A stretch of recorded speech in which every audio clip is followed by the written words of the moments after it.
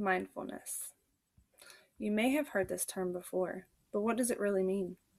What does it mean to be mindful, and why is it getting the spotlight so much recently?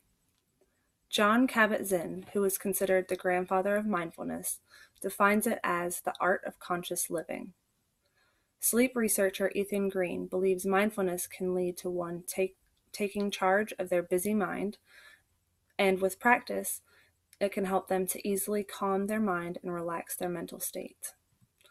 As a mother and a teacher of young children, I have seen firsthand the effects that conscious living, through the practice of mindfulness, can have on yourself as well as those around you, including children.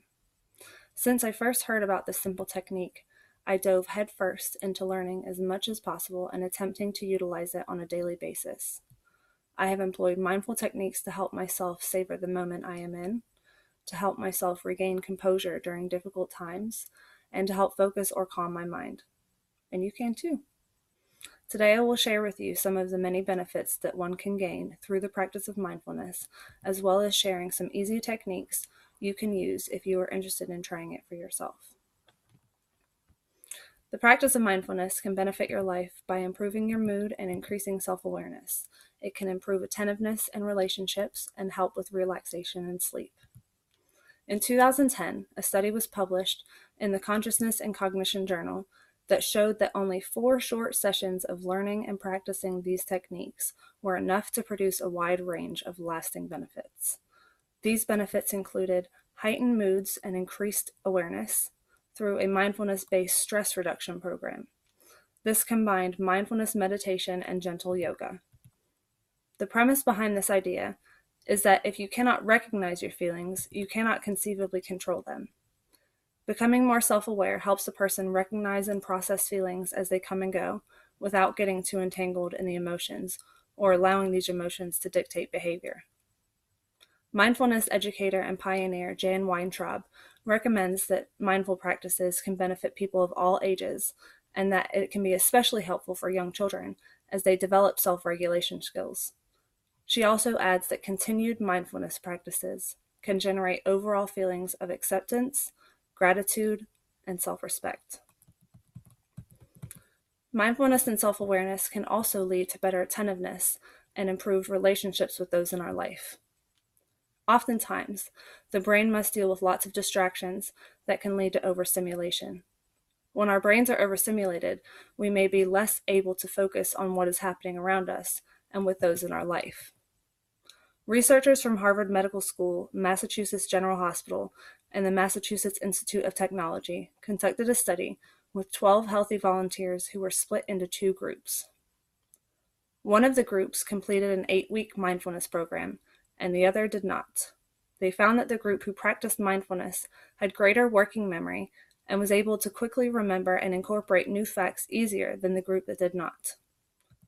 Those who had mindfulness training showed better sustained attention and improved executive functioning. The brain's cortex is responsible for processing information we gain from our senses, such as touch, sight, and sound. For the group who went through the mindfulness program in the Harvard study, it was found that their cortex was better able to suppress distractions and focus on the anticipated sensation. Being more present in the moments you spend with those you love also helps to elevate your mood and strengthen the social connections we thrive off of. It appears that all kinds of different relationships stand to benefit from us being more mindful, from our relationship with ourselves, with our children, romantic partners, friends, and family, to our coworkers and even strangers. Jan Weintraub suggests that our relationships can benefit from mindfulness practices because feelings of patience, trust, empathy, and respect are generated through this. Those who practice mindfulness can also see improvements in their relaxation and sleep. As seen in the Harvard study, mindfulness and meditation can help to reduce distractions, which can in turn quiet our thoughts or feelings of anxiety. This can help us relax and go to sleep, thereby reducing overall levels of fatigue. To help quiet the mind and thoughts in order to relax or sleep, sleep researcher Ethan Green reminds us that our thoughts and worries are just that, thoughts and worries. They do not predict future success or failures. Green suggests that mindfulness is simply focusing your attention on the present moment, by becoming aware of your thoughts, emotions, and physical sensations.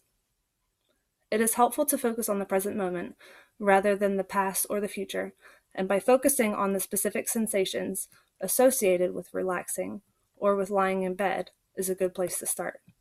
There are many guided sleep meditation practices and apps that I will discuss in a moment. You may be wondering what you can do to be more mindful. More mindfulness benefits are associated with continued practice, so it is good to practice every day, even if one can only spare a couple minutes each day. You may be asking yourself what you can do to be more mindful, and there are many things that you can try. It is important to find techniques that work for you and fit with your lifestyle, so allow me to share some ideas to help you get started. Some simple techniques that are helpful to ground oneself and focus one's mind are breathing activities. It is important to be aware of your breath, and with mindful breathing activities, generally the exhale of breath should be longer than the inhale. One technique that I have found to be helpful, both for myself and for some of the children that I've worked with, is called 7-Eleven breathing. This is often easy to remember, especially for the children, as most of us see 7-Eleven stores on every other street corner. It is also fairly self-explanatory. You breathe in through your nose, counting quickly to 7 in your head while inhaling, and then exhale through your mouth while quickly counting to 11 in your head. You can repeat this as many times as you like, and I will demonstrate this technique now.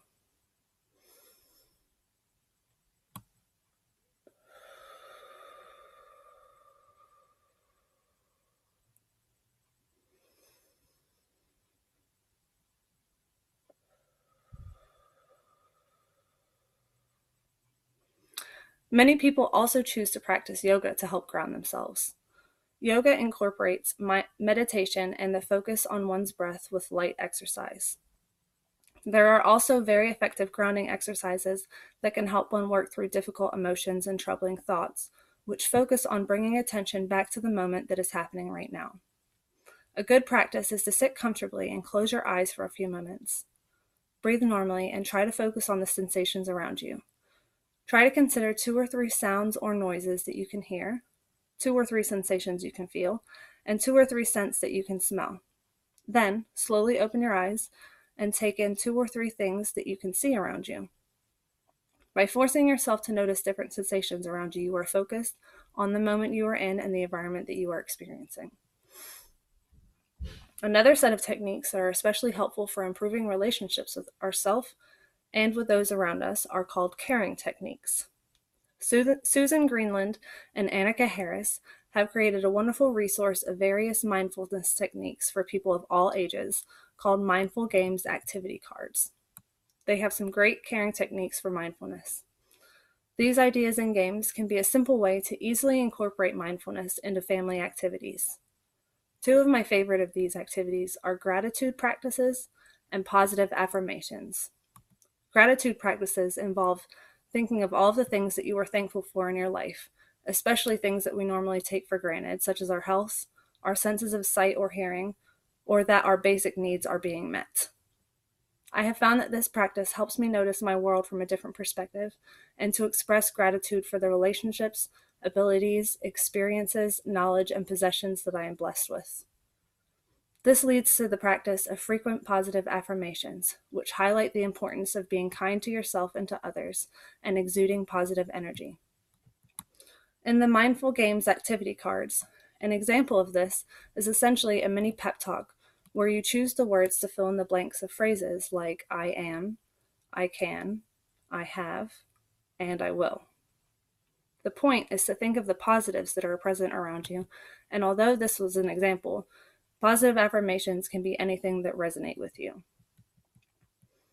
Techniques for calming and quieting the mind are also very good for relaxation and sleep. As sleep expert Ethan Green recommends, this can be as simple as focusing on the physical sensations of the different parts of your body as you relax in bed, feeling sensations of the covers on your skin, and the feeling of the ending of this day. Learning special relaxation, meditation, or awareness exercises that work for you can make all the difference for unwinding at the end of the day. There are many guided meditation apps that can be downloaded onto your phone that help with falling asleep. I have personally tried Headspace and 10% Happier with really good results, and continue to use these when I'm having a difficult time falling asleep some nights. I also find that it helps for me to envision my favorite calm, happy place or a peaceful moment, and for me, this is the beach. I imagine myself relaxing on the beach and focus on replaying the rhythmic sounds of waves crashing on the beach in my head while breathing to the same rhythm. I'm usually asleep within minutes. Unfortunately, there is no one-size-fits-all approach to attaining mindfulness, and it does not happen overnight. None of the techniques I have shared with you will work unless you try them and see if they resonate with you. Thinking outside the box is also helpful when finding a mindful activity that works with your lifestyle and schedule that you can experience regularly. Simply doing something you love and taking the time to enjoy it can be a mindful activity. Try removing the distractions that you can, focus on the experience, and savor your chosen moment. This could include slowly sipping a glass of something you enjoy drinking, eating your favorite food while paying attention to the tastes and textures, or listening to music that you really enjoy. Try to extend the experience and make it a point to notice as many things as you can about the sensations, tastes, or sounds. Try to notice things about it that you may usually overlook. Consciously think about the action instead of going through the motions. And remember, as I have mentioned the word practice about 100 times in the past few minutes, just as with any other skill, it is true that one becomes more fluent at mindfulness when they keep at it. So finding mindful techniques that you enjoy doing is key. I want to thank you for listening to me speak about this subject that is near to my heart. I hope that you are now more informed about the ways in which some mindfulness techniques can benefit your life by improving your mood and self-awareness, attentiveness in relationships, and helping bring relaxation and sleep.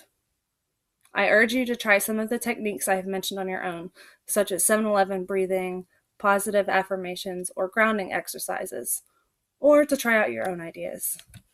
Please feel free to share any of this knowledge or these ideas with others if you find it helpful to becoming more mindful. Thank you for living consciously with me in this moment.